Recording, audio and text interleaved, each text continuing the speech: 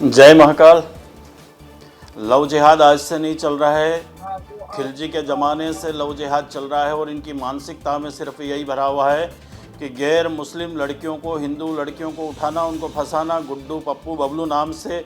जब आपको प्यारी करना है तो आप अपने समुदाय में कीजिए ना, फिर गुड्डू पप्पू बबलू नाम रख के हिंदू बेटियों के साथ क्यों ये गंदा खिलवाड़ करते हैं। ये कोई लव नहीं है, ये तो बिल्कुल बलात्कार वाली जैसी और एक हवस जैसी, गंदी हवस जैसी बातें हैं। मौलाना कह रहे थे कि कोई रिकॉर्ड नहीं है। शालिनी ने बताया ना केरल में कितने हिंदू लड़कियों के साथ बलात्कार हुआ है, कितनों को फंसाया, कितनों की हत्या हुई है, 100 टुकड़े करके सूटकेस में भरकर फेंका गया है। तो हमारी बेटियां इसलिए थोड़ी बनी पूजा करते हैं हम उनको कि उनको कोई सूटकेस में आए, कोई अब्दुल आकर इस देश को बर्बाद कर देगा। आपने देखा होगा अभी कि जहाँ जहाँ मदरसे हैं इस देश में, जब तक मदरसे रहेंगे, मौलाना रहेंगे, तब तक लव जिहाद, आतंकवाद कभी खत्म ही नहीं हो सकता है। हम तो क्या सारी बेटियों को अपनी पूजन योग्य मानते हैं, चाहे मुस्लिम की बेटी हो, ईसाई की बेटी हो, हमारे लिए तो पूजन ही होती है। हम तो उनकी पूजा करते हैं और हमारी बेटियों के साथ बलात्कार करके लव जिहाद में फंसाते हैं। इंदौर का मामला आपने देखा, भोपाल का देखा, उज्जैन के बिछड़ोद में चल रहा है कि 5 हिंदू बेटियों के साथ 12-14 साल की बच्चियों को बरगलाकर 150 से ज़्यादा मुस्लिम लड़के उनके साथ बलात्कार कर चुके हैं, उनके नंगे वीडियो बना के चला रहे हैं। ऐसी मानसिकता जिहाद में कहाँ जिहाद ही हो सकती है ना। लैंड जिहाद हो या मजार से जाके नाम परिवर्तन करके बेटियों को फंसाना, उनको कुछ सुंघा के देना, दवाई देना, ये मानसिक गंदी मानसिकता कहाँ से आ रही है? मदरसों से आ रही है। पाकिस्तान का मदरसे में सारा जिहाद चल रहा था, धर्म छुपाकर, मजहब छुपाकर, नाम बदलकर अगर हिंदुओं को टारगेट किया जा रहा है, गैर मुस्लिमों को टारगेट किया जा रहा है, गैर मुस्लिम लड़कियों को निशाना बनाया जा रहा है, तो फिर आप बता दीजिए उसको आपके शब्दावली में क्या कहेंगे? साजिद रशीदी, मैं लौट रहा हूं आचार्य श्री आपके पास। एक चीज समझ लीजिए अच्छी तरह और इसको जहन में बिठा लीजिए।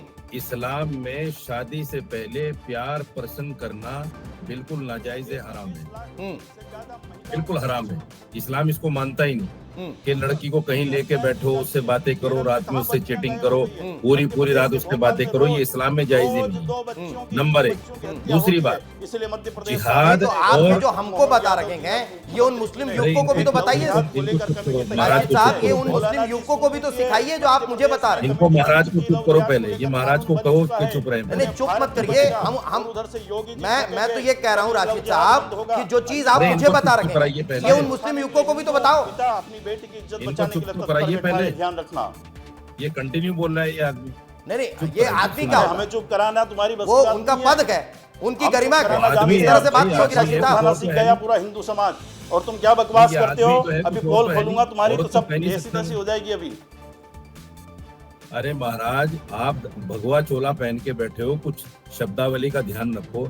माँ बाप की जो आपकी परवरिश है उसको ध्यान में रखो, कुछ कम से कम धर्म क्या कहता है वो भी ध्यान में रखो।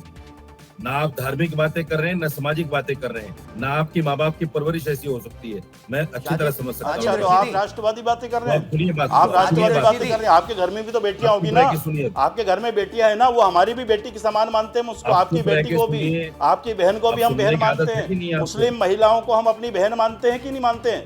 राखी बंधवाता है हिंदू समाज मुस्लिम महिलाओं से, तो आप उस बात को क्यों नहीं समझते?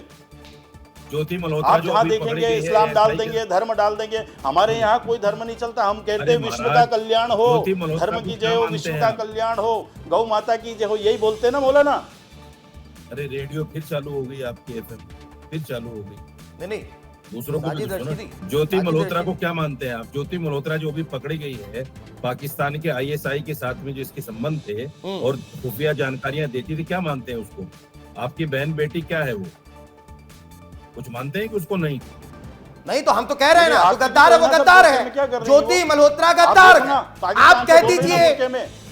मैं रोक रहा हूँ आचार्य शेखर एक सेकंड। मौलाना साजिद रशीदी, मैं कह रहा हूं कि ज्योति मल्होत्रा इस देश की गद्दार है, वो भले किसी भी धर्म की। अब